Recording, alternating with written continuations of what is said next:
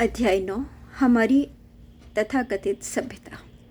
जब मैं लतीनूजी और उनके साथियों के प्रति अपना अभिवादन और अलविदा कह चुका, तब हमने गांव छोड़ दिया और फिर से अपने डोको में जाने के लिए फ्लाइंग प्लेटफॉर्म पर सवार हो गए। इस बार हमने दूसरा मार्ग लिया, विशाल खेत भरे मैदानों के ऊपर उड़ते हुए और गेहूं की बड़े बड़े बालों वाली बालियों का मेरे लिए आनंद लेने के लिए रुकते हुए। इस मार्ग पर हमने एक रोचक नगर भी देखा। केवल सबसे छोटी से लेकर सबसे बड़ी तक सारी इमारतें डोको जैसी ही नहीं थीं, बल्कि वहाँ उन्हें जोड़ने के लिए कोई गली या सड़क नहीं थी। मैं इसका कारण समझ गया। लोग यहाँ आने जाने के लिए उड़ा करते थे, लतीवोक के साथ या उसके बिना, इसलिए सड़क की ज़रूरत ही नहीं थी। हम बड़े बड़े डोको से, जो वैसे ही थे जैसे पहले अंतरिक्ष से देखे थे, निकलते और बाहर आते लोगों के निकट से होकर गुजरे। ये कारखाने हैं जहाँ हमारा भोजन तैयार किया जाता है, ताओ ने बताया। मान्ना और शाक जो आपने कल अपने डोको में खाए थे, यहीं पर बने होंगे। हम रुके नहीं बल्कि उड़ते रहे, नगर के फिर सागर के ऊपर। अधिक समय गंवाए बिना हम द्वीप पर थे जहाँ मेरा डोको था। अपने वाहन को छोड़कर हम अंदर गए। क्या आप समझ रहे हैं, ताओ ने कहा, कल सुबह से आपने कुछ भी नहीं खाया है। इस तरह से आपका वज़न कम हो जाएगा। क्या भूख नहीं लगी? हैरानी की बात है, मुझे ख़ास भूख नहीं है, और जबकि पृथ्वी पर मैं दिन में 4 बार खाना खाता हूँ। इसमें इतनी हैरान होने वाली कोई बात नहीं है मेरे मित्र। यहाँ पर हमारा भोजन इस प्रकार से पकाया जाता है कि उसमें से कैलोरीज 2 दिनों तक नियमित प्रकार से निकलती रहती हैं। हम बिना अपने पेट पर भार डाले पोषण पाते रहते हैं। इससे हमारा मस्तिष्क भी स्पष्ट और सतर्क रहता है, और फिर हमें मस्तिष्क पर ही अधिक ध्यान देना चाहिए ना, ऐसा नहीं है क्या? ताओ ने कहा। मैंने सहमत होकर सिर हिलाया। हमने बहुत से रंग बिरंगे भोज्य पदार्थ और थोड़ा सा मान्ना खाए। फिर जब हम एक गिलास हाइड्रोमिल का आनंद ले रहे थे, ताओ ने पूछा, आप यहोवा पर अपने निवास के विषय में क्या सोचते हैं मिशेल? मैं क्या सोचता हूँ? शायद आज सुबह मैंने जो अनुभव किया उसके बाद आपको ये पूछना चाहिए था कि मैं पृथ्वी के विषय में क्या सोचता हूँ। मुझे ऐसा लगा उन 15 मिनटों में जैसे वर्षों गुजर गए हों। कुछ पल जाहिर है कि बहुत भयानक थे, लेकिन बाकी सब रोचक थे। क्या मैं पूछ सकता हूँ कि आप मुझे इस समय की यात्रा पर किस लिए ले गई थी? एक बहुत अच्छा प्रश्न मिशेल, मुझे खुशी है कि आपने इसे पूछ लिया। हम आपको दिखाना चाहते थे कि आपकी आधुनिक तथाकथित सभ्यता से पहले पृथ्वी पर सच्ची सभ्यताएं हो चुकी हैं। हमने आपका अपहरण नहीं किया, जैसा कि आप कह सकते हैं, और अरबों किलोमीटर की दूरी पर आपको केवल अपने ग्रह की सुंदरता दिखाने के लिए नहीं लाए हैं। आप यहाँ इसलिए हैं क्योंकि आपकी सभ्यता ने एक गलत मोड़ ले लिया है। पृथ्वी के अधिकतर देश स्वयं को बहुत विकसित मानने का विश्वास करते हैं, जबकि यह सच नहीं है, बल्कि उनकी सभ्यता सड़ चुकी है। उनके नेताओं और तथाकथित अभिजात वर्ग के कारण सारा तंत्र विद्रूप हो चुका है। हम ये सब जानते हैं क्योंकि हमने पृथ्वी पर बहुत बारीकी से नज़र रखी है, विशेषकर हाल ही के वर्षों में, जैसा कि महान थाओरा ने आपको स्पष्ट किया। जिस तरह से सब कुछ हो रहा है, हम उसे पढ़ सकते हैं। हम आपके साथ भौतिक एक सूक्ष्म रूप से निवास कर सकते हैं। हम केवल आपके ग्रह पर निवास ही नहीं करते, हम आपके कुछ नेताओं के व्यवहार को भी प्रभावित कर सकते हैं, आपके सौभाग्य से। उदाहरण के लिए, हमने जर्मनी को एटम बम का प्रयोग करने वाले पहले देश होने से रोका, क्योंकि अगर दूसरे विश्व युद्ध के समाप्त होने के बाद अगर नाजी लोग जीत जाते तो बाकी के देशों के लिए खतरा हो जाता। जैसा कि आप समझ सकते हैं, कोई भी सर्वसत्तावादी शक्ति सभ्यता के लिए पछाड़ने वाली होती है। जब करोड़ों लोगों को गैस चैम्बर में इसलिए भेजा जाता है कि वे यहूदी हैं, तो उनके हत्यारे सभ्य होने का गर्व नहीं कर सकते। इससे भी कम, क्या जर्मन लोग विश्वास कर सकते थे कि वे चुने गए लोग थे? जिस प्रकार से उन्होंने किया, उससे तो वह किसी नरभक्षी प्रजाति से भी नीचे गिर गए। रूसी लोग, जिन्होंने हज़ारों लोगों को कंसंट्रेशन कैंपों में काम करने के लिए भेजा और जिन्होंने हज़ारों को मौत के घाट उतारा, इस आधार पर कि वे उनकी सत्ता के लिए खतरा थे, वे भी उनसे बेहतर नहीं हैं। पृथ्वी पर अनुशासन की भारी ज़रूरत है, लेकिन अनुशासन का अर्थ तानाशाही नहीं होता। परमात्मा सृष्टिकर्ता ने स्वयं किसी को बाध्य नहीं किया, मनुष्य हो या पशु, उनकी इच्छा के विरुद्ध कुछ करने के लिए। हम सबके पास स्वतंत्र इच्छा शक्ति है, और हमें देखना है कि अपने को आध्यात्मिक रूप से सुधारने के लिए हम स्वयं को कैसे अनुशासित करें। उनकी इच्छा मूल रूप में उसकी इच्छा था। इससे पूरे वाक्य के 2 अर्थ निकल गए। किसकी इच्छा, सृजनकर्ता की या मनुष्य की? बेशक मनुष्य की। इस तरह के वाक्यों का बार बार धार्मिक पुस्तकों में गलत अनुवाद किया गया, लोगों से ईश्वर की इच्छा के आगे समर्पण करने के लिए कहकर, जो कि धर्म गुरुओं द्वारा लोगों को नियंत्रित करने के लिए किया गया। आध्यात्मिक उन्नति के लिए स्वतंत्र इच्छा शक्ति अनिवार्य है। हमने दोहरेपन को हटाने के लिए बहुवचन का प्रयोग किया है। अपनी इच्छा दूसरे पर थोपना इस प्रकार से कि व्यक्ति अपनी स्वतंत्र इच्छा शक्ति के प्रयोग से वंचित रह जाए, मनुष्य द्वारा किया गया सबसे बड़े अपराधों में से एक है। आज जो कुछ अफ्रीका में हो रहा है वह मानवता के विरुद्ध एक अपराध है। नस्ल भेद और जातिवाद स्वयं एक अपराध है। ताओ, मैं बीच में बोल उठा, कुछ है जो मैं नहीं समझा। आपने कहा कि आपने जर्मनी को एटम बम का प्रयोग करने वाले पहले देश होने से रोका, लेकिन आपने सभी देशों को ऐसा करने से क्यों नहीं रोका? आपको स्वीकार करना होगा कि हम परमाणु शस्त्रों के साथ जहां पहुंच चुके हैं वहां हम ज्वालामुखी पर बैठे हैं। हिरोशिमा और नागासाकी के विषय में आपका क्या कहना है? क्या आप इसके लिए खुद जिम्मेदार होना नहीं मानते? मिशेल, आपने इन बातों को बहुत साधारण प्रकार से देखा। आपके लिए सब कुछ काला या सफ़ेद है, लेकिन उनके बीच स्लेटी रंग के साए भी होते हैं। अगर द्वितीय विश्व युद्ध को नहीं रोका जाता, जो कि 2 नगरों के एटॉमिक विनाश से हुआ, तो उससे बहुत अधिक मौतें होती, एटॉमिक बम्बों के शिकारों से 3 गुना अधिक। जैसा कि आपकी भाषा में कहा जाता है कि हमने 2 बुरी चीज़ों में से कम बुरी को चुना। जैसा कि मैंने पहले भी बताया था, हम मदद का हाथ दे सकते हैं, लेकिन हम स्थिति की बारीकी पर इतना ध्यान नहीं देते। बहुत कठोर नियमों का पालन करना पड़ता है। बॉम्ब अस्तित्व में आने ही थे, जैसा कि सभी ग्रहों पर अन्वेषण होता ही है। एक बार बन जाने के बाद हम चाहें तो दर्शकों की तरह आगे जो होता है देखते रहें, या चाहें तो हस्तक्षेप कर सकते हैं। अगर हम हस्तक्षेप करें तो वह उस पक्ष के लाभ के लिए होता है जो अधिक ईमानदार और व्यक्तिगत स्वतंत्रता के लिए आदर रखता है। अगर कुछ नेता जो आपकी किताब पढ़ें, आप पर विश्वास नहीं करें, या जो आपने लिखा है उस पर संशय करें, तो आप उन्हें चुनौती देना कि वे करोड़ों नीडलों के जो पृथ्वी के ऑर्बिट में कई वर्ष पहले रखी गई थी, उनके गायब हो जाने के विषय में स्पष्टीकरण दें। उनसे पूछना कि वे दूसरी बार फिर से नीडलों के ऑर्बिट में रखने और अदृश्य होने के विषय में अपना स्पष्टीकरण दें। वे जान जाएंगे कि आप किस विषय में कह रहे हैं। कभी भी डरना नहीं। हम उन नीडलों के अदृश्य होने के लिए उत्तरदायी हैं, उन्हें आपके ग्रह के लिए संभावित रूप में खतरनाक जानने के कारण। हम कभी कभी आपके विशेषज्ञों को खेल खेलने से बचाते हैं, लेकिन यह महत्वपूर्ण है कि जब गलती कर दी जाए तब हमसे सहारे का भरोसा न रखा जाए। अगर हम निर्णय लेते हैं कि मदद का हाथ देना उचित है तो हम वैसा करते हैं, लेकिन हम ऐसा नहीं कर सकते और ऐसा करना भी नहीं चाहते कि आपको आपदा से स्वयं बचाएं। ऐसा करना ब्रह्मांडीय नियम का उल्लंघन होगा। आप देखें मिशेल, एटॉमिक हथियारों ने पृथ्वी के लोगों के हृदय में डर भर दिया है। ऐसा प्रतीत होता है, और मैं स्वीकार करती हूँ कि ये आपके सिर पर लटकी हुई तलवार की तरह है, लेकिन ये असली खतरे नहीं हैं। मिशेल की यात्रा के 11 साल बाद पत्रिका साइंटिफिक अमेरिकन अगस्त 1998 volume 279 NR2 Shri NL Johnson page 43 का स्पष्टीकरण। मई 1983 में नीडलों के 80 गुच्छे छोड़े गए थे अमेरिका के रक्षा विभाग के टेलीकम्युनिकेशन प्रयोग के अंतर्गत। प्रकाश के रेडिएशन प्रेशर के कारण छोटी नीडलें कुल 400 मिलियन ऑर्बिट से बाहर चली गईं। क्या कभी किसी ने किसी और वस्तु के ब्रह्मांड के ऑर्बिट से बाहर सूर्य के प्रकाश के दबाव से निकल जाने के विषय में सुना है? हम रॉकेटों का प्रयोग क्यों करते हैं? स्थिति को समझने के लिए आप आमंत्रित हैं 400 मिलियन नीडलों के मास की गणना करने के लिए।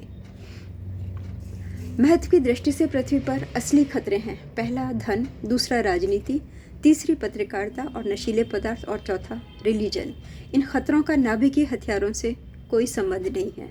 अगर पृथ्वी पर लोग नाभिकीय विनाश से समाप्त हो जाते हैं, उनके सूक्ष्म अस्तित्व वहाँ जाएंगे जहाँ उन्हें मृत्यु के बाद जाना चाहिए, और जन्म मरण का प्राकृतिक प्रक्रम नियमित रहेगा। भौतिक शरीर के नाश से खतरा नहीं है, जैसा कि करोड़ों लोग मानते हैं। खतरा जिस प्रकार से कोई जीता है उसमें है। आपके ग्रह पर धन सबसे बड़ी बुराई है। प्रयास करो कल्पना करने की कि धन के बिना जीवन कैसा होगा। आप देखें, ताओ ने जो मेरा प्रयास पढ़ चुकी थी, कहा आप वैसे जीवन की कल्पना भी नहीं कर सकते क्योंकि आप उस व्यवस्था में फंसे हुए हैं। पर केवल 2 घंटे पहले आपने देखा कि मुंह महाद्वीप के लोग अपनी सभी ज़रूरतों को पूरा करते थे बिना धन खर्च किए। आपने देखा, और मैं जानती हूँ कि वे लोग बहुत खुश और उन्नत थे। मुंह की सभ्यता कम्युनिटी अर्थात समुदाय के इर्द गिर्द व्यवस्थित थी, आध्यात्मिक और भौतिक दोनों प्रकार से, और वे समृद्ध थे। आप सामुदायिक को कम्युनिज्म ना समझें जैसा कि पृथ्वी के कुछ देश हैं। पृथ्वी पर जो कम्युनिज्म है वह सर्वसत्तावाद का अंग है, ना कि प्रजातांत्रिक, और इसलिए मनुष्य के लिए अपमानजनक है। दुर्भाग्य से जहाँ तक धन का संबंध है, पृथ्वी पर इस विषय में सहायता करना कठिन है, क्योंकि आपका सारा तंत्र इस पर आधारित है। अगर जर्मनी को 5,000 टन ऑस्ट्रेलियाई ऊन चाहिए, तो वह बदले में 300 मर्सिडीज और 50 ट्रैक्टर नहीं दे सकता। आपका आर्थिक तंत्र इस प्रकार काम नहीं करता, इसलिए आपके तंत्र को सुधारना कठिन है। दूसरी तरफ राजनीतिज्ञों और राजनीति के क्षेत्र में बहुत कुछ किया जा सकता है। आप सभी एक ही नाव में सवार हैं, और देश या ग्रह और एक नाव की तुलना करना प्रासंगिक है। प्रत्येक नाव का एक कप्तान होना चाहिए, लेकिन इसे ठीक से चलाने के लिए कौशल और सभी नाविकों के मध्य सहयोग की भावना, साथ ही कप्तान के प्रति सम्मान की भी आवश्यकता होती है। अगर समझदार, अनुभव और उत्पन्नमति होने के साथ साथ कप्तान ईमानदार और न्यायप्रिय भी हो, तो संभावनाएं अधिक होती हैं कि पूरी मंडली उसके द्वारा सर्वोत्तम काम करेगी। यह अंततः कप्तान की मूल योग्यता होती है, चाहे उसकी राजनीतिक और धार्मिक शिक्षा कैसी भी हो, जो उसकी कार्यप्रणाली के प्रभावी होने का निर्धारण करती है। कल्पना करो कि एक कप्तान को राजनीतिक कारणों से अधिक चुना जाता है, बजाय उसकी नाव खेने की क्षमता और खतरे के क्षणों में ठंडे मस्तिष्क से सोचने की क्षमता की। स्थिति को समझने के लिए मान लेते हैं कि हम असली चुनावों को देख रहे हैं।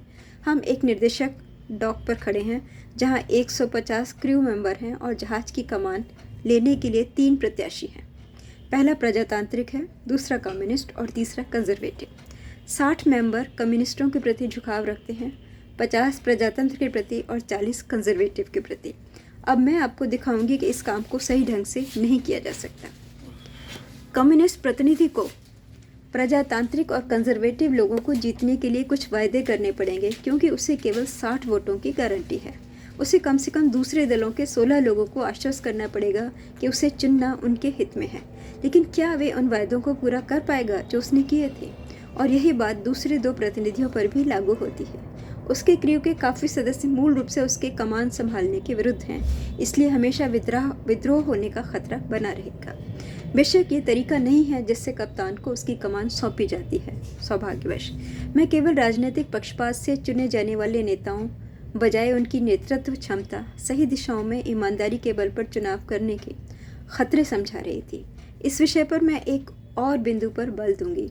जब हमारा चुना हुआ कप्तान सागर में होगा, तो वो एक और अकेला जहाज का नेता होगा, जबकि एक दल का नेता देश का प्रमुख चुना जाता है तो उसे तुरंत ही विरोधी दल के नेता का सामना करना पड़ता है। नेता बनने के शुरू से ही उसके निर्णय, चाहे अच्छे हों या बुरे, उसकी सुनियोजित तरीके से आलोचना विरोधी दल द्वारा की जाएगी जो उसे नष्ट करना चाहते हैं। किस तरह से फिर एक देश पर सुशासन संभव होगा ऐसे तंत्र में? मिशेल, आपके पास कोई समाधान है क्या? बेशक, और उसे पहले ही आपको बताया जा चुका है। एकमात्र समाधान मुंह के शासन के उदाहरण को लागू करना है। इसके लिए ऐसे नेता को प्रमुख बनाना चाहिए जिसका मूल उद्देश्य जनता का कल्याण हो। एक ऐसा नेता जो घमंड, राजनीतिक दल या व्यक्तिगत लाभ की महत्वाकांक्षा से प्रेरित न हो। राजनीतिक दलों को निपटाने के लिए और आक्रोश, शिकवे और घृणा जो निहित होते हैं, और अपने पड़ोसियों से हाथ मिलाने के लिए उन्हें स्वीकार कर उनके साथ काम करने के लिए, चाहे उनसे कितने ही मतभेद हों। आखिरकार वो भी तो उसी नाव में सवार है जिसमें आप हैं मिशेल। वो उसी गांव, उसी नगर, उसी देश, उसी ग्रह का है। आपका घर जिसमें आप रहते हैं किस पदार्थ से बना है मिशेल? ईंटें, लकड़ी, टाइलें, प्लास्टर, कीलें। बेशक, और ये सब पदार्थ किससे बने हैं? परमाणु से। निस्संदेह, बिल्कुल सही। इन परमाणुओं को ईंट या कोई दूसरा इमारत बनाने का पदार्थ बनाने के लिए बहुत निकट से जुड़ना होता है। क्या होगा अगर ये परमाणु जुड़ने के बजाय एक दूसरे से दूर जाने लगे? बिखरा, हम यही हैं। जब आप अपने पड़ोसी बेटे और बेटी को बाहर कर देंगे, अगर आप उनकी सहायता करने के लिए तत्पर नहीं हैं और उनकी भी जिन्हें आप पसंद नहीं करते, तो आप अपनी सभ्यता के बिखराव में सहायक होते हैं। और यह है जो पृथ्वी पर हो रहा है, अधिक से अधिक घृणा और हिंसा के द्वारा। 2 उदाहरणों पर ध्यान दो जो आपके ग्रह पर सबको मालूम है, जो सिद्ध करते हैं कि हिंसा कोई समाधान नहीं है। पहला है नेपोलियन बोनापार्टे। हथियारों का प्रयोग करके वो सारे यूरोप को जीत सका और उसने देश के नेताओं के स्थान पर अपने भाइयों को नियुक्त कर दिया, जिससे देशद्रोह न हो सके। अधिकतर ये माना जाता है कि नेपोलियन एक जीनियस था और एक सक्षम आयोजक और सांसद, क्योंकि 200 वर्ष बाद उसके बनाए गए बहुत से कानून अभी तक फ्रांस में लागू हैं। लेकिन उसके साम्राज्य का क्या हुआ मिशेल? वो जल्दी ही बिखर गया, क्योंकि उसे हथियार के बल पर स्थापित किया गया था। हिटलर ने ऐसे ही शक्ति के बल पर यूरोप को जीतना चाहा, और आप जानते हैं कि वहाँ क्या हुआ। हिंसा अधिक समय तक सफल नहीं होती, ना कभी होगी। समाधान बल्कि प्रेम और मानसिकता सुधारने से होता है। क्या आपने ध्यान दिया है कि सारे विश्व, विशेषकर यूरोप में, बहुत से महान लेखक, संगीतज्ञ और दार्शनिक 19वीं सदी और 20वीं सदी की शुरुआत में हुए? हाँ, मैं ये मानता हूँ।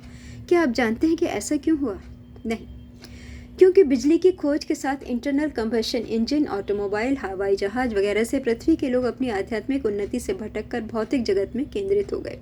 अब जैसा कि महान थॉरा ने बताया, भौतिकवाद आपके आज और भविष्य के जीवन के लिए सबसे बड़े खतरों में से एक है। राजनीतिज्ञों के बाद आपकी समस्या पत्रकार और रिपोर्टर हैं। उनमें से कुछ जो दुर्भाग्यवश बहुत ही थोड़े हैं, जो सूचना प्रसारण का अपना दायित्व ईमानदारी और निष्ठा से करते हैं, अपने स्तोत्र तक जाकर। लेकिन हम बेहद भयभीत हैं, क्योंकि अधिकतर केवल सनसनी फैलाना चाहते हैं। आपके टेलीविज़न केंद्र भी अधिक से अधिक हिंसा के दृश्य दिखाते हैं। अगर जो जिम्मेदार लोग हैं उन्हें उत्तरदायित्व के कार्यभार लेने से पहले मनोविज्ञान का अध्ययन करना अनिवार्य होता, तो वो सही दिशा में एक कदम होता। आपके रिपोर्टर रोग, हिंसा, हत्या, दुखद घटनाओं और आपदाओं के दृश्य ढूंढते और उनका फ़ायदा उठाते हैं। हम उनके बर्ताव से बहुत दुखी हैं। देश के नेता, पत्रकार, वास्तव में कोई भी जो अपने पद के कारण जनता पर प्रभाव डाल सकते हैं, उनकी बहुत जिम्मेदारी होती है करोड़ों लोगों के प्रति जो हर तरह से उन्हीं के साथी होते हैं। अक्सर जो लोगों द्वारा चुने जाते हैं वे भी अपना दायित्व भूल जाते हैं अगले चुनाव से कुछ महीने पहले तक, जब उन्हें एहसास होता है कि लोग उनसे असंतुष्ट हैं और वोट देकर उन्हें हटा सकते हैं। हालांकि पत्रकारों के साथ ऐसा नहीं है, क्योंकि उन्हें अपने पद के लिए लोगों के विश्वास को जीतना नहीं होता, पर फिर भी उनके पास लोगों को प्रभावित करने की शक्ति होती है, चाहे अच्छा हो या बुरा। वास्तव में वे बहुत अच्छा कर सकते हैं जब वे लोगों का ध्यान खतरे और अन्याय के प्रति खींचते हैं, और यही उनका प्रमुख काम है। उच्च पद पर आसीन व्यक्तियों को मनोविज्ञान समझने और प्रयोग करने की आवश्यकता को स्पष्ट करने के लिए मैं एक उदाहरण देती हूँ। हम टेलीविज़न पर ये रिपोर्ट देखते हैं, एक युवक ने बंदूक लेकर 7 लोगों की हत्या कर दी, जिनमें 2 महिलाएं और 2 छोटे बच्चे थे। रिपोर्टर खून से लथपथ शरीर दिखाता है और जोड़ता है कि हत्यारे ने फला अभिनेता, जो फिल्मों में हिंसक भूमिका करने के लिए प्रसिद्ध है, उसकी नकल की। उसका परिणाम क्या होगा? हत्यारे को अपने पर गर्व होने लगता है। उससे न केवल राष्ट्रीय स्तर पर बदनामी हासिल कर ली, बल्कि उसकी तुलना आधुनिक हिंसक फिल्मों के सबसे लोकप्रिय अभिनेताओं में से एक के साथ होने लगी। लेकिन इससे भी बढ़कर जब एक दूसरा सिरफिरा इंसान इस रिपोर्ट को देखता और सुनता है, जिसे इस तरह की घृणित अपराधों में रुचि है, उसे प्रेरणा मिलती है कि वो भी ऐसे ही राष्ट्रीय स्तर पर नाम कमा सकेगा। ऐसा व्यक्ति आमतौर पर असफल होता है, दमित, हताश, संकुचित, जिससे नकारा गया हो और जो पहचान के लिए तरसता हो। उसने अभी वो रिपोर्ट देखी और जान लिया कि हिंसा पर तो रिपोर्ट बनेगी और टेलीविज़न पर पत्रकार बढ़ा चढ़ाकर उसको दिखाएंगे। शायद समाचार पत्रों के पहले पृष्ठ पर उसकी तस्वीर छपे, और ऐसा क्यों नहीं हो, वो कचहरी में पहुंचेगा और शायद जैक द रिपर या the strangler with the velvet glove कहा जाने लगी। उसके बाद उसे कोई आम आदमी नहीं मानेगा। जो नुकसान ऐसे गैर जिम्मेदार रिपोर्टर समाज को पहुंचाते हैं, कल्पना से परे है। सभी देशों में विचारहीनता और गैर जिम्मेदारी के गुण दिखाई नहीं देते। इसलिए मैं कहती हूँ कि पृथ्वी पर आपने सभ्यता का एक अक्षर भी हासिल नहीं किया है। फिर इसका समाधान क्या है? आप ऐसा प्रश्न क्यों कर रहे हैं मिशेल? आपको चुना गया है क्योंकि हम जानते हैं कि आप किस प्रकार से सोचते हैं, और मैं जानती हूँ कि आप अपने प्रश्न का उत्तर भी जानते हैं। फिर भी अगर आप चाहते हैं तो आप मेरे मुंह से वो सुनेंगे। पत्रकार, रिपोर्टर और कोई भी जिसे सूचना देने का काम दिया गया है, उसे ऐसे हत्या के मामले में 2 से 3 पंक्तियों से अधिक नहीं लिखना चाहिए। वे सीधे कह सकते हैं, हमें अभी एक गैर जिम्मेदार सिरफिरे व्यक्ति द्वारा 7 व्यक्तियों की हत्या का पता चला है। यह हत्या फलां स्थान पर और एक दुखद घटना है उस देश में जो अपने को सभ्य समझता है। बस जो लोग नाम कमाना चाहते हैं वो हत्या को प्रसिद्धि पाने का तरीका नहीं मानेंगे। क्या आप सहमत नहीं हैं? पर उनकी रिपोर्ट में क्या होना चाहिए? बहुत सी चीज़ें हैं जिन्हें प्रचार मिलना चाहिए। अच्छी और कल्याणकारी कामों पर रिपोर्ट, जिससे पृथ्वी के लोगों का मनोबल ऊंचा हो, बजाय उनको ऋणात्मक तरीके से प्रभावित करने के। डूबते हुए बच्चे को बचाने की रिपोर्ट, अपनी जान खतरे में डालकर भी, या गरीबों को दी गई सहायता जिससे उनका जीवन बेहतर हो। बेशक मैं पूरी तरह से आपसे सहमत हूँ, लेकिन समाचार पत्रों की बिक्री सनसनीखेज समाचारों पर ही निर्भर होती है। वहीं पर जड़ है सारी बुराइयों की, जिसके विषय में मैंने पहले कहा, धन। यही वह श्राप है जिसने आपकी सभ्यता को खोखला कर दिया। और फिर भी इस विशेष मामले में स्थिति को उल्टा जा सकता है अगर जिम्मेदार लोग परिवर्तन के लिए प्रेरित किए जा सकें। ग्रह चाहे कोई भी हो, मानव जाति के लिए सबसे बड़ा खतरा अंततः मनोवैज्ञानिक होता है, न कि भौतिक। नशीले पदार्थ ऐसे ही व्यक्ति की साइकी को प्रभावित करते हैं। न केवल वे शारीरिक स्वास्थ्य को बिगाड़ते हैं, वे व्यक्ति के ब्रह्मांडीय विकास को भी उल्टी दिशा देते हैं। साथ ही वे जो भ्रामक स्वर्ग की सैर का स्वप्न दिखाते हैं, उससे सूक्ष्म शरीर पर आक्रमण होता है। मैं इसे विस्तार से बताऊंगी क्योंकि ये बहुत ही महत्वपूर्ण विषय है। सूक्ष्म शरीर को केवल 2 चीज़ों से नुकसान होता है, नशीले पदार्थ और निश्चित प्रकार के शोर की तरंगों से। नशीले पदार्थ के बारे में यह जानना ज़रूरी है कि उनका प्रभाव प्रकृति के बिल्कुल विपरीत होता है। वे सूक्ष्म शरीर को दूसरे जगत में ले जाते हैं जहाँ उसे नहीं जाना चाहिए। सूक्ष्म शरीर को या तो भौतिक शरीर में रहना चाहिए या उसके हायर सेल्फ में, जिसका वो अंग है। नशे की स्थिति में व्यक्ति का सूक्ष्म शरीर जैसे सो जाता है और कृत्रिम अनुभवों के कारण उसकी निर्णय क्षमता पूरी तरह से विकृत हो जाती है। उसकी वही स्थिति होती है जैसी सर्जरी के समय भौतिक शरीर की होती है। अगर आप चाहें तो ये एक औजार है जिसे तोड़ा मरोड़ा जा सकता है या प्रयोग किया जा सकता है किसी काम के लिए जिसके लिए वो नहीं है। नशे की स्थिति की अवधि के अनुसार व्यक्ति का सूक्ष्म शरीर कमज़ोर होता जाता है क्योंकि उसमें भ्रामक सूचना भरती जाती है। इस स्थिति से सामान्य अवस्था में आने के लिए कई जीवन लग सकते हैं। इसलिए नशीले पदार्थ हर हाल में त्यागे जाने चाहिए।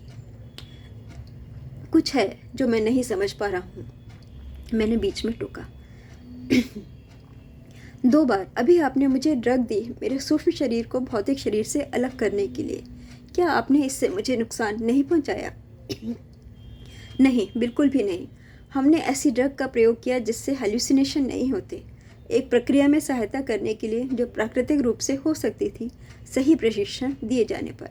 ये ऐसी ड्रग नहीं है जो अंधा करे और आपके सूक्ष्म शरीर को कोई हानि नहीं पहुंचाती, और इसका प्रभाव बहुत थोड़े समय के लिए होता है। आपके ग्रह की समस्या पर बात करें तो मिशेल, समाधान प्रेम में है, पैसे में नहीं।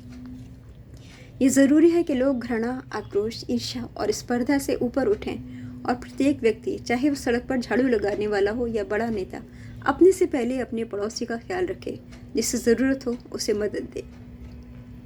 सबकी ज़रूरतें होती हैं, भौतिक और मानसिक।